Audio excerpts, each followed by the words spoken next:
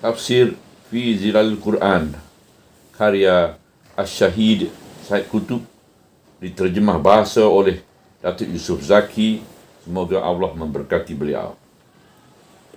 Kumpulan ayat-ayat 40 hingga ayat 74 surah Al-Baqarah.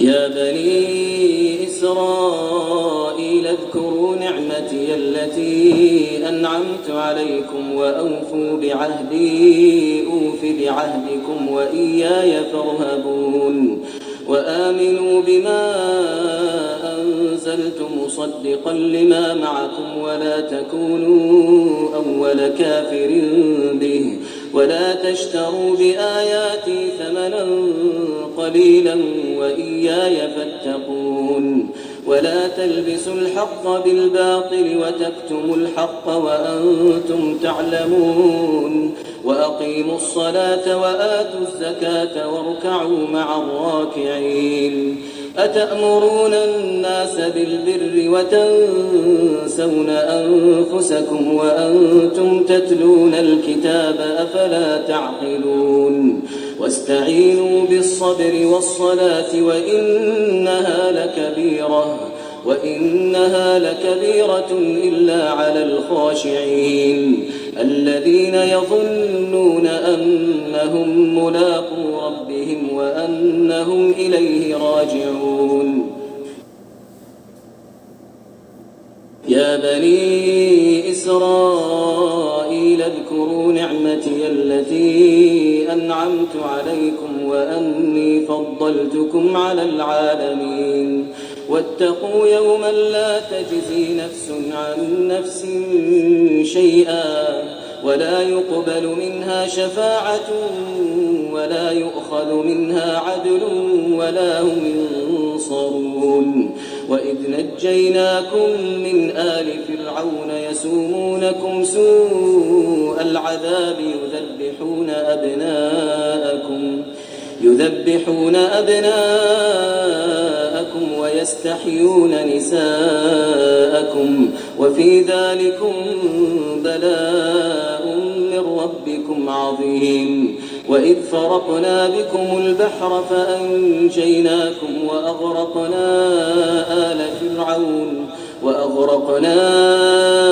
آل فرعون وأنتم تنظرون وإذ واعدنا موسى 40 ليلة ثم اتخذتم العجل من بعده وأنتم ظالمون ثم عفونا عنكم من بعد ذلك لعلكم تشكرون وإذ آتينا موسى الكتاب والفرقان لعلكم تهتدون وإذ قال موسى لقومه يا قوم إنكم ظلمتم أنفسكم باتخاذكم العجل فتوبوا إلى بارئكم فاقتلوا أنفسكم ذلكم خير لكم عند بارئكم فتاب عليكم إنه هو التواب الرحيم وإذ قلتم يا موسى لن نؤمن لك حتى نرى الله جهرة فأخذتكم الصاعقة وأنتم تنظرون ثم بعثناكم من بعد موتكم لعلكم تشكرون وظللنا عليكم الغمام وأنزلنا عليكم المن والسلوى كلوا من طيبات ما رزقناكم وما ظلمونا ولكن كانوا أنفسهم يظلمون وإذ قلنا ادخلوا هذه القرية فكلوا منها حيث شئتم رغدا وادخلوا الباب سجدا وقولوا حطة نغفر لكم خطاياكم وسنزيد المحسنين فبدل الذين ظلموا قولا غير الذي قيل لهم فأنزلنا على الذين ظلموا رجزا من السماء بما كانوا يفسقون استسقى موسى لقومه فقلنا اضرب بعصاك الحجر فانفجرت منه 12 عينا قد علم كل أناس مشربهم كلوا واشربوا من رزق الله ولا تعثوا في الأرض مفسدين وإذ قلتم يا موسى لن نصبر على طعام واحد فادع لنا ربك يخرج لنا مما تنبت الأرض من بقلها وقثائها وفومها وعدسها وبصلها قال أتستبدلون الذي هو أدنى بالذي هو خير اهبطوا مصرا فإن لكم ما سألتم وضربت عليهم الذلة والمسكنة وباءوا بغضب من الله ذلك بأنهم كانوا يكفرون بآيات الله ويقتلون النبيين بغير الحق ذلك بما عصوا وكانوا يعتدون إن الذين آمنوا والذين هادوا والنصارى والصابئين من آمن بالله واليوم الآخر وعمل صالحا فلهم أجرهم عند ربهم ولا خوف عليهم ولا هم يحزنون وإذ أخذنا ميثاقكم ورفعنا فوقكم الطور خذوا ما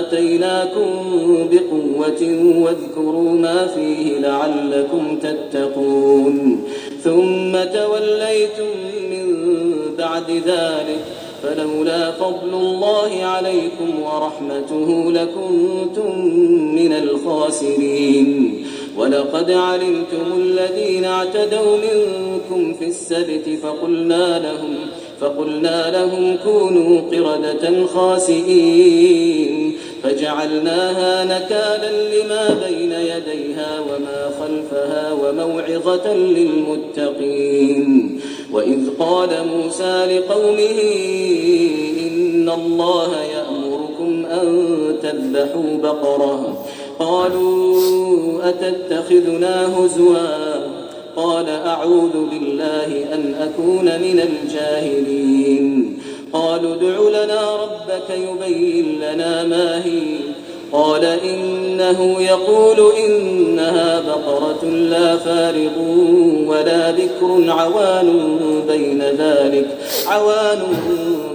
ذلك فافعلوا ما تؤمرون قالوا ادع لنا ربك يبين لنا ما لونها قال إنه يقول إنها بقرة صفراء فاقع لونها تسر الناظرين قالوا ادع لنا ربك يبين لنا ما هي إن البقرة شابه علينا وإنا إن شاء الله لمهتدون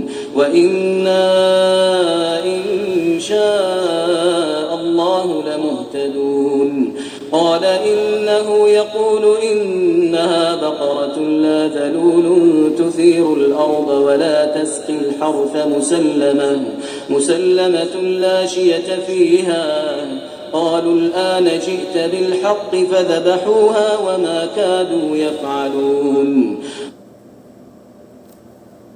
وإذ قتلتم نفسا فادارأتم فيها والله مخرج ما كنتم تكتمون فقلنا اضربوه ببعضها كذلك يحيي الله الموتى ويريكم آياته لعلكم تعقلون ثم قست قلوبكم من بعد ذلك فهي كالحجارة أو أشد قسوة وإن من الحجارة لما يتفجر منه الأنهار وإن منها لما يشقق فيخرج منه الماء وإن منها لما يهبط من خشية الله وما الله بغافل عما تعملون.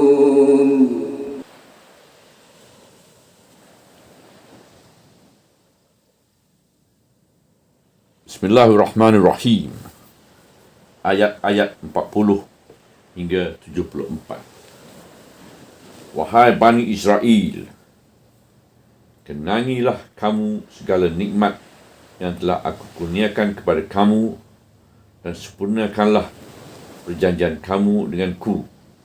Nescaya aku sempurnakan perjanjianku dengan kamu, dan takutlah kepadaku sahaja. Dan berimanlah kepada kitab yang telah kuturunkan, iaitu kitab Al-Quran yang mengesahkan kitab yang ada pada kamu, dan janganlah kamu menjadi orang yang pertama mengingkarikannya. Dan janganlah kamu membeli kitab ayat-ayat aku dengan harga yang murah, dan bertakwalah kepadaku sahaja. Dan janganlah kamu kelirukan yang benar dengan yang batil, dan janganlah kamu sembunyikan yang benar sedangkan kamu mengetahui. Dan dirikanlah solat dan tunaikanlah zakat, dan rukukkanlah bersama orang-orang yang rukuk. Patutkah kamu menyuruh orang berbuat kebaikan dan kamu lupakan diri sendiri, sedangkan kamu membaca kitab Taurat? Apakah tidak kamu berfikir? Dan pohonlah pertolongan dari Allah dengan bersabar dan mendirikan solat. Sesungguhnya solat itu amat berat, melainkan bagi orang-orang yang khusyuk, iaitu mereka yang yakin bahawa mereka akan menemui Tuhan mereka dan bahawa mereka akan kembali kepadanya. Wahai Bani Israel, kenangilah segala nikmat yang telah aku kurniakan kepada kamu, dan kenangilah bahawa aku telah melebihkan kamu ke atas sekalian umat. Dan peliharalah diri kamu dari azab hari yang tiada seorang pun dapat membela sesuatu kesalahan orang lain, dan tidak pula diterima sebarang syafaat dan tebusan darinya, dan mereka tidak akan diberi pertolongan. Dan kenangilah ketika kami selamatkan kamu dari kuncu-kuncu Fir'aun yang sentiasa menindas kamu dengan kesiksaan yang kejam. Mereka menyembelih anak-anak lelaki kamu dan membiarkan anak-anak perempuan kamu sahaja yang hidup, dan dalam peristiwa itu terdapat ujian yang amat besar dari Tuhan kamu. Dan kenangilah ketika kami belahkan lautan kerana kamu, lalu kami selamatkan kamu, dan kami tenggelamkan kuncu-kuncu Fir'aun, sedangkan kamu sendiri melihat peristiwa itu. Dan kenangilah ketika kami berjanji dengan Musa selama 40 malam, kemudian sepeninggalannya kamu menyembah patung anak lembu, dan kamu adalah orang-orang yang zalim. Kemudian sesudah itu kami maafkan kamu supaya kamu bersyukur. Dan kenangilah ketika kami kurniakan kepada Musa kitab Taurat dan penjelasan kebenaran dan kepalsuan supaya kamu mendapat hidayah. Dan kenangilah ketika Musa berkata kepada kaumnya, wahai kaumku, kamu telah menzalimi diri kamu sendiri kerana perbuatan kamu menyembah patung anak lembu. Oleh itu, taubatlah kepada Allah, pencipta kamu, dan bunuhlah sendiri orang-orang yang bersalah dari kamu. Tindakan itu lebih baik kepada kamu di sisi Allah pencipta kamu. Lalu Allah menerima taubat kamu. Sesungguhnya Allah Maha Penerima Taubat dan Maha Pengasih.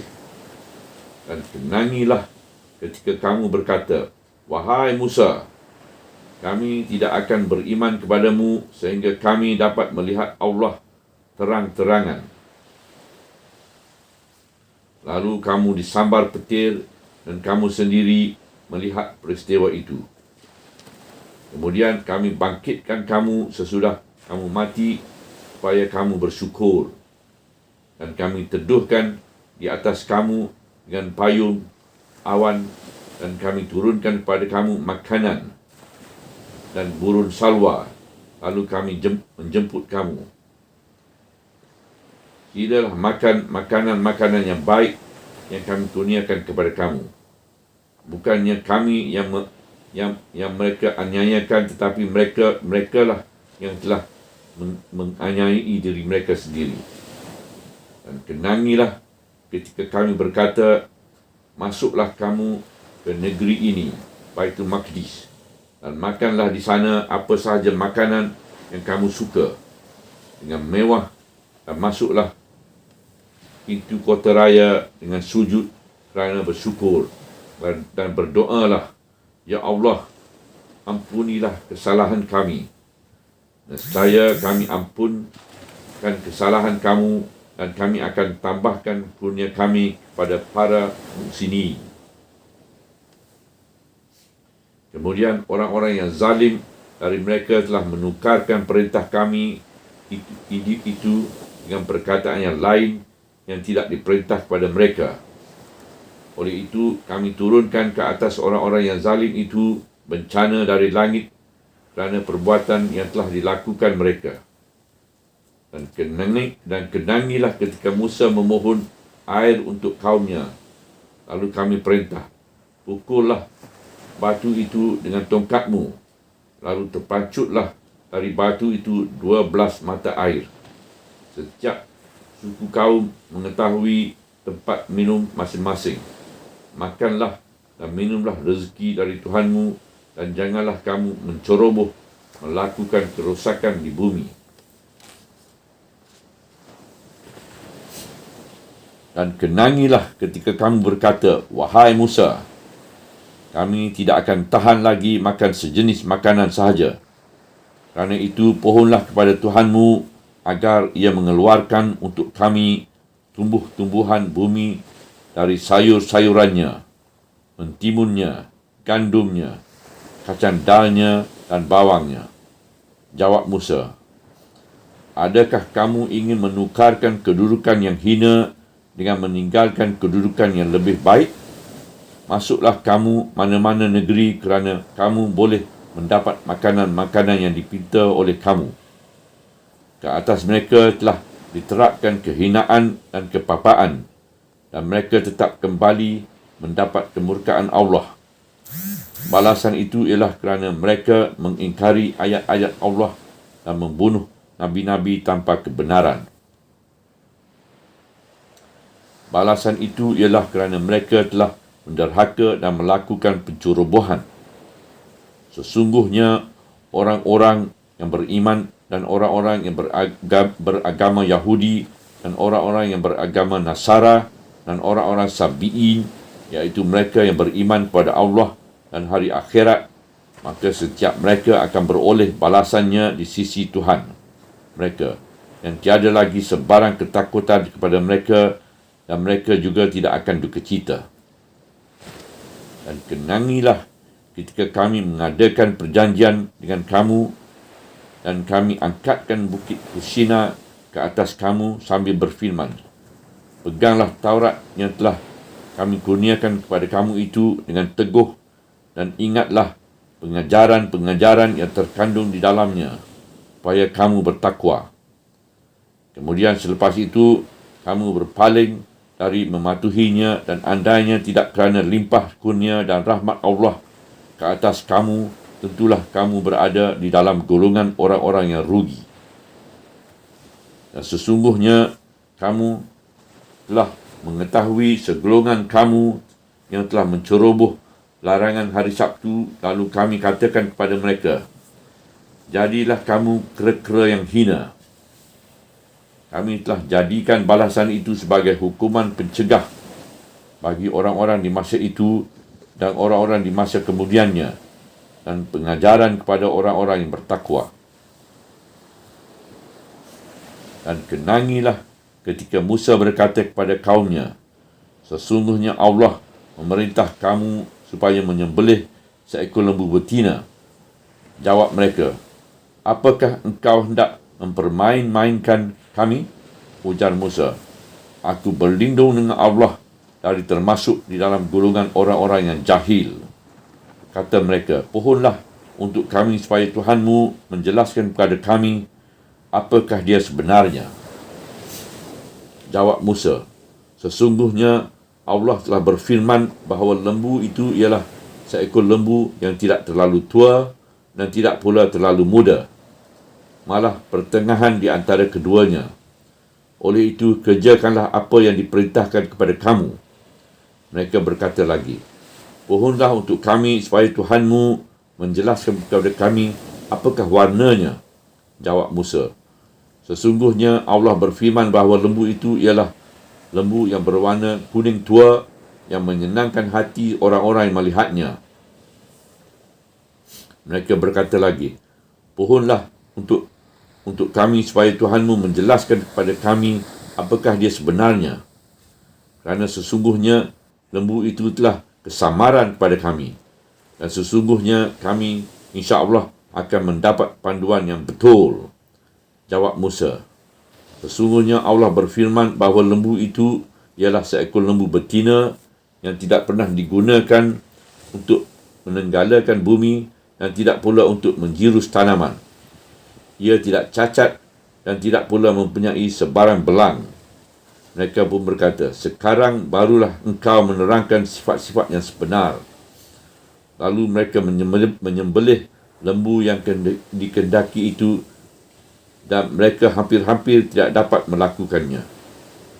Dan kenangilah ketika kamu membunuh seorang manusia, kemudian kamu bertuduh-tuduh sesama sendiri, dan Allah mahu mengeluarkan rahsia pembunuh yang disembunyikan oleh kamu. Lalu kami berfirman, pukullah si mati itu dengan sebahagian anggota lembu yang disembelihkan itu.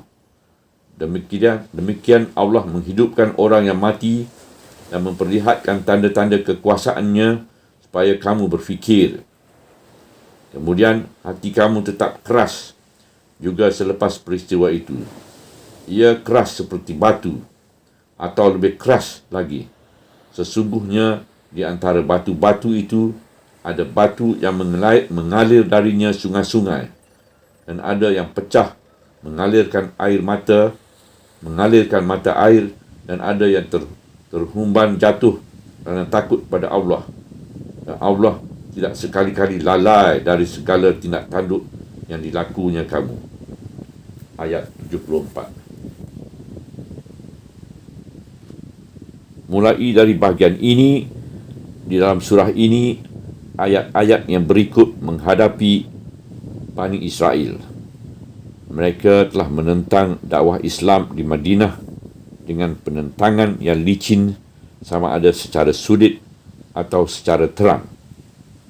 Mereka telah menyusun langkah-langkah tipu daya yang tidak putus-putus dan tidak pernah reda.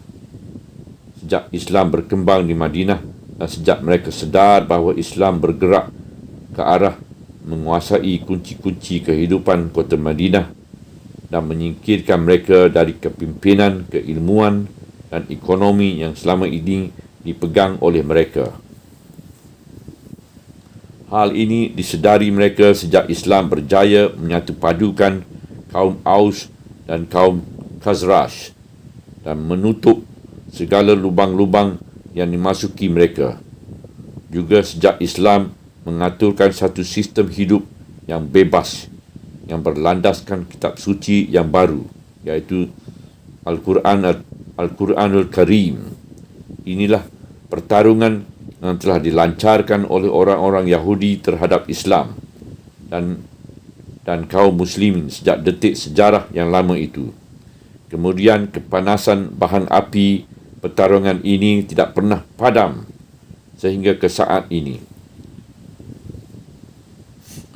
Pertarungan ini berlangsung dengan cara dan gaya yang sama, tidak berubah-ubah kecuali bentuk rupanya sahaja yang berubah. Sedangkan hakikat pertarungan ini kekal seperti biasa dan sifatnya juga sama walaupun seluruh dunia memburu mereka dari satu tempat ke satu tempat dan dari satu abad ke satu abad. Mereka tidak menemui negeri yang menerima mereka dengan baik dan mesra, melainkan di dunia Islam yang sentiasa terbuka pintunya dan bencikan penindasan-penindasan kerana sebab-sebab agama dan perkauman. Dunia Islam membuka pintunya kepada setiap pendatang yang damai, yang tidak mengganggu Islam dan tidak merancangkan tipu daya terhadap orang-orang Islam. Selama ini, kaum Yahudi di Madinah lah yang diharap-harapkan menjadi golongan yang pertama beriman kepada agama yang baru ini dan percaya kepada Rasul yang baru itu. Kerana selama ini, Al-Quran telah membenarkan kitab Taurat mereka secara umum dan kerana selama ini juga mereka menunggu-nunggu risalah Rasul yang baru ini dan mereka telah mengetahui sifat-sifat Rasul itu di dalam bisyarah-bisyarah yang terkandung di dalam kitab suci mereka. Di samping itu, mereka juga memohon kepada Allah mengurniakan kemenangan kaum mereka dengan perantaraan Rasul yang baru itu ke atas kaum Arab musyrikin. Pelajaran ini merupakan bahagian pertama dari pusingan pertarungan yang luas dengan Bani Israel. Malah inilah serangan-serangan Al-Quran yang menyeluruh untuk mendedahkan sikap mereka dan tipu daya mereka setelah habis digunakan segala cara dakwah supaya mereka tertarik kepada Islam dan bergabung dalam angkatan yang beriman kepada agama yang baru ini. Pelajaran ini dimulai dengan seruan Allah yang Maha Mulia kepada Bani Israel yang mengingatkan mereka terhadap nikmat-nikmat yang telah dikurniakan Allah kepada mereka. Ia mengajak mereka menunaikan perjanjian mereka dengan Allah agar Allah menunaikan perjanjiannya dengan mereka. Ia menyeru mereka supaya takut dan bertakwa kepada-Nya. Seruan-seruan ini merupakan mukaddimah untuk menyeru mereka supaya beriman kepada Al-Quran yang membenarkan kitab Taurat yang ada pada mereka. Seruan ini mengecam sifat mereka yang menentang Al-Quran dan tindakan mereka yang awal-awal menjadi golongan yang menolak Al-Quran. Di samping mengecam perbuatan mereka yang mencampur adukkan di antara kebenaran dan kepalsuan dan menyembunyikan kebenaran untuk mengelirukan orang ramai terutama kaum muslimin khususnya dan untuk menaburkan fitnah dan menimbulkan kelang kabut di dalam barisan umat muslimin dan seterusnya untuk membangkitkan keraguan dan kesangsian dalam hati penganut-penganut agama Islam yang baru itu. Seruan itu mengajak mereka memasuki barisan muslimin dengan mendirikan solat, menunaikan zakat dan rukuk bersama-sama orang-orang yang rukuk. Ia mengajak mereka mencari pertolongan dengan sifat sabar dan ibadah solat untuk menekan dan menjinakkan hati mereka berkecimpung di dalam agama yang baru itu. Ia mengecam perbuatan mereka yang berpura-pura menyeru kaum musyrikin supaya beriman, sedangkan mereka sendiri enggan menganut agama Allah. Kemudian, Al-Quran mula mengingatkan mereka terhadap nikmat-nikmat yang telah dikurniakan Allah kepada mereka dalam sejarah mereka yang amat panjang itu. Al-Quran tujukan peringatan-peringatan itu kepada kaum Yahudi yang ada pada masa Rasulullah SAW, seolah-olah mereka lah angkatan yang telah menerima nikmat-nikmat di zaman Musa alaihissalam. Al-Quran berbuat demikian dengan memperhitungkan seluruh Bani Israel itu sebagai satu umat sahaja, yang mana generasi-generasinya mempunyai tabiat dan kelakuan yang sama.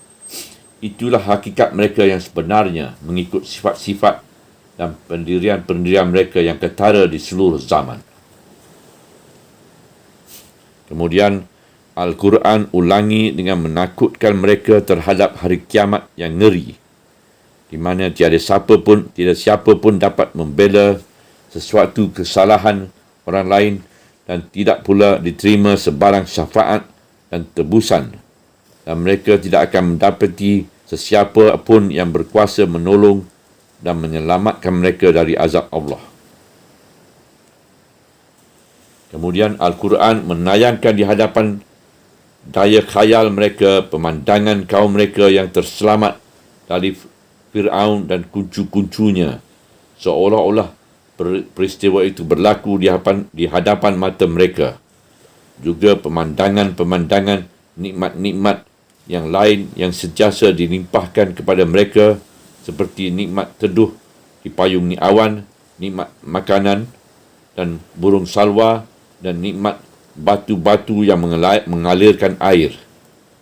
Kemudian Al-Quran mengingatkan mereka tentang penyelewengan yang berturut-turut dilakukan mereka.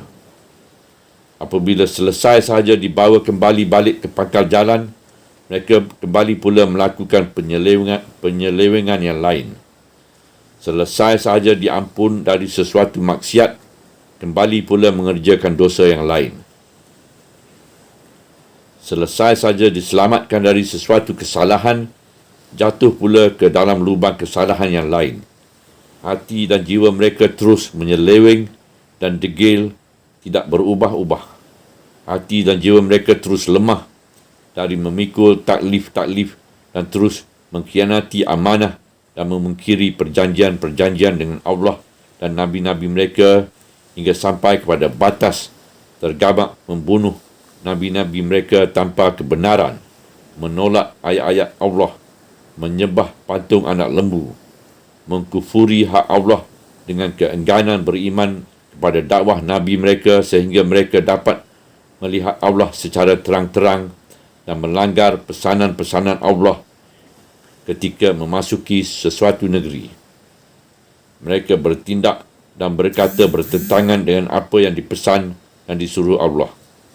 Mereka mencabul larangan hari Sabtu, lupa kepada perjanjian Tursina, dan mengungkit-ungkit kemuskilan dan berdalih-dalihan dalam masalah menyembelih lembu yang diperintah Allah, supaya mereka menyembelihkannya kerana sesuatu hikmah dan tujuan tertentu. Di samping semuanya ini, mereka masih mendabik dada mendakwa bahawa mereka lah satu-satunya umat yang mendapat hidayah Allah. Mereka lah satu-satunya umat yang diredai Allah. Seluruh agama yang lain palsu belaka dan seluruh umat yang lain sesat belaka. Inilah dakwaan-dakwaan yang ditolakkan oleh Al-Quran di dalam bahagian ini, dan menjelaskan bahawa setiap orang yang beriman kepada Allah dan hari akhirat serta mengerjakan amalan yang soleh dari semua agama, maka mereka akan memperolehi sepahala mereka di sisi Allah, Tuhan mereka, dan tiada apa-apa ketakutan lagi kepada mereka, dan mereka tidak akan berduka cita.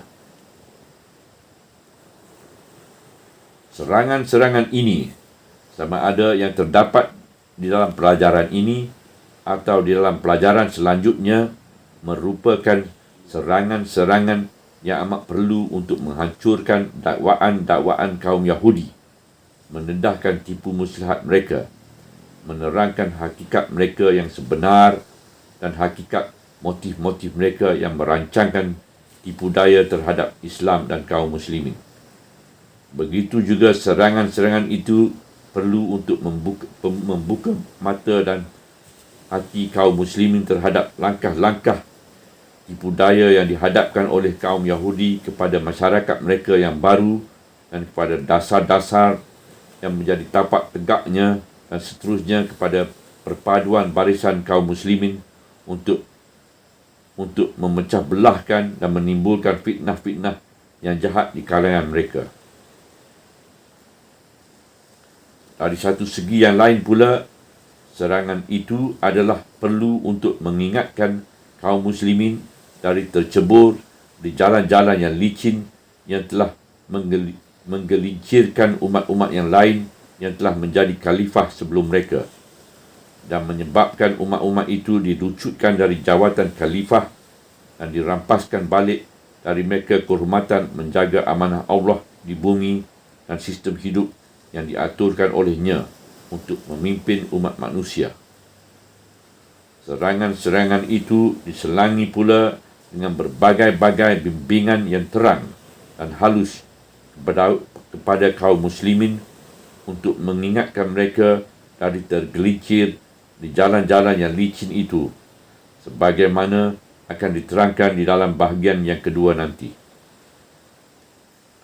Umat muslimin yang hidup di Madinah di zaman Rasulullah SAW amat memerlukan kepada bimbingan-bimbingan ini. Begitu juga umat muslimin di seluruh zaman amat memerlukan kepada penghayatan bimbingan-bimbingan ini dan mempelajari Al-Quran dengan mata dan hati yang terbuka, supaya mereka mendapat taklimat-taklimat kepimpinan alahiyah yang tinggi di dalam perjuangan-perjuangan yang dihadapi mereka dengan musuh-musuh turun-temurun mereka, dan supaya mereka mengetahui bagaimana nak menepiskan tipu daya yang licin dan jahat yang dihadapkan kepada mereka oleh musuh-musuh mereka dengan cara-cara yang amat halus dan pintar itu. Mana-mana hati yang tidak berpandukan kepada nur iman dan tidak menerima bimbingan dari kepimpinan ilahiyah yang mengetahui segala yang sulit dan segala yang nyata, segala yang batin dan segala yang zahir, adalah tidak berupaya untuk memahami liku-liku jalan yang sulit dan berbahaya, di mana diaturkan tipu daya yang jahat yang menimbulkan keraguan itu. Dari segi keselarasan seni dan psikologi di dalam pengungkapan Al-Quran, kita dapat perhatikan bahawa permulaan pusingan ini bersambung dengan penamat kisah Al-Quran dan dengan saranan-saranan yang telah kami terangkan di sana. Dan inilah sebahagian dari ciri kesepaduan di dalam susunan ayat-ayat Al-Quran di antara kisah dan persekitaran di mana kisah-kisah itu ditayangkan. Al-Quran sebelum ini telah menjelaskan bahawa Allah telah menciptakan segala sesuatu di bumi ini untuk faedah manusia. Kemudian diiringi dengan kisah pelantikan Adam selaku khalifah di bumi dengan perjanjian Allah yang jelas dan halus. Bagaimana beliau dimuliakan Allah melebihi malaikat. Bagaimana beliau diberi pesanan-pesanan Allah, kemudian beliau lupakannya. Bagaimana beliau menyesal dan bertaubat. Bagaimana beliau dikurniakan hidayah dan keampunan, dan bagaimana beliau dibekalkan dengan pengalaman kesalahan pertama untuk menghadapi pertarungan yang panjang di bumi kelak di antara kuasa-kuasa jahat yang merosak dan meruntuh yang diwakili iblis dengan kuasa-kuasa baik yang membina yang diwakili manusia yang berkubukan iman. Demikianlah rangkaian ayat-ayat yang silam surah ini membicarakan semuanya ini. Kemudian diiringi pula dengan pusingan yang memperkatakan tentang Bani Israel. Al-Quran menyebut perjanjian Allah dengan mereka dan bagaimana mereka memungkiri perjanjian itu, bagaimana mereka dikurniakan nikmat, kemudian mengingkarkannya, dan bagaimana akibatnya mereka telah dilucutkan dari jawatan khalifah dan diterapkan kehinaan ke atas mereka. Kemudian Al-Quran mengingatkan orang-orang yang beriman dari tipu daya Bani Israel dan dari jalan-jalan licin yang telah menggelincirkan mereka. Di sini jelaslah adanya pertalian yang terang di antara kisah pelantikan Adam selaku khalifah dengan pelantikan Bani Israel sebagai khalifah.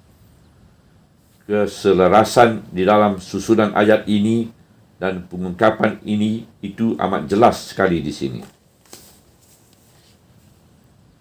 Di sini Al-Quran tidak menghuraikan kisah Bani Israel, malah hanya menyebut beberapa babak dan adegan secara ringkas sahaja. atau huraian panjang secara yang wajar sahaja. Kisah Bani Israel ini telah pun diceritakan dalam surah-surah Makkiyah yang telah diturunkan sebelum ini. Tapi di sana, kisah ini disebut bersama-sama kisah yang lain untuk meneguhkan hati golongan kecil kaum mukminin yang berada di Makkah dengan menunjukkan kepada mereka pengalaman-pengalaman dakwah yang silap dan angkatan mukmin yang bersambung-sambung sejak manusia diciptakan Allah. Juga untuk membimbing kaum mukminin dengan panduan-panduan yang sesuai dengan keadaan mereka di Makkah. Tetapi di sini, kisah itu disebut dengan tujuan-tujuan yang telah kami huraikan sebelum ini, iaitu mendedahkan hakikat niat kaum Yahudi dan cara-cara tipu daya mereka di samping mengingatkan kaum muslimin terhadap tidak tanduk mereka. Juga mengingatkan kaum muslimin supaya mereka tidak tercebur di dalam kesalahan-kesalahan yang menjatuhkan kaum Yahudi sebelum mereka. Oleh sebab wujudnya perbezaan di antara Al-Quran yang diturunkan di Mekah dengan Al-Quran yang diturunkan di Madinah, maka wujudlah pula perbezaan cara-cara membentangkan kisah itu, walaupun hakikat-hakikat yang diceritakan di sana dan di sini itu sama sahaja, sebagaimana akan diterangkan kelak ketika menghuraikan surah-surah Makkiyah yang terdahulu di dalam tertib nuzul. Hasil kaji selidik tempat-tempat yang menceritakan kisah Bani Israel di sana sini, ternyatalah bahawa kisah itu selaras dengan pembicaraan ayat-ayat yang menyebutnya. Ia menyempurnakan tujuan-tujuan dan bimbingan-bimbingan ayat-ayat itu. Begitu juga kisah Bani Israel di tempat ini selaras dengan huraian ayat-ayat sebelumnya, iaitu huraian bagaimana makhluk insan dimuliakan Allah, bagaimana Allah berjanji dengannya, kemudian dia lupakan perjanjian itu. Di samping kisah itu mengandungi isyarat-isyarat yang menunjukkan kepada persamaan dan kesatuan insaniah, persamaan dan kesatuan agama Allah yang diturunkan kepada manusia, dan kesatuan risalah-risalahnya. Juga menarik perhatian dan memberi kesentuhan-sentuhan terhadap jiwa manusia dan nilai-nilainya. Kisah itu juga mengandungi isyarat-isyarat kepada akibat-akibat penyelewengan dari nilai-nilai ini, iaitu nilai-nilai yang menjadi asas khalifah manusia di bumi. Sesiapa yang menolak nilai-nilai ini berarti menolak insaniahnya, hilang punca-punca khalifahnya dan kembali balik ke alam haiwan. Kisah Bani Israel merupakan kisah yang paling banyak diceritakan di dalam Al-Quranul Karim. Perhatian Al-Quran yang begitu berat dan jelas diberikan kepada babak-babak kisah ini, dan pengajarannya menyarankan betapa besarnya hikmat Allah hendak membetulkan keadaan umat muslimin, mendidik dan melengkapkan mereka untuk memikul tugas khalifah yang agung. Selepas huraian secara umum ini, marilah kita ikuti huraian nas Al-Quran pula. Subhanallah walhamdulillah wa la ilaha illallah wallahu akbar wa la hawla wa la quwata illa billahil aliyyil azim wa la hawla wa la quwata illa billahil aliyyil azim wa la hawla wa la quwata illa billahil aliyyil azim.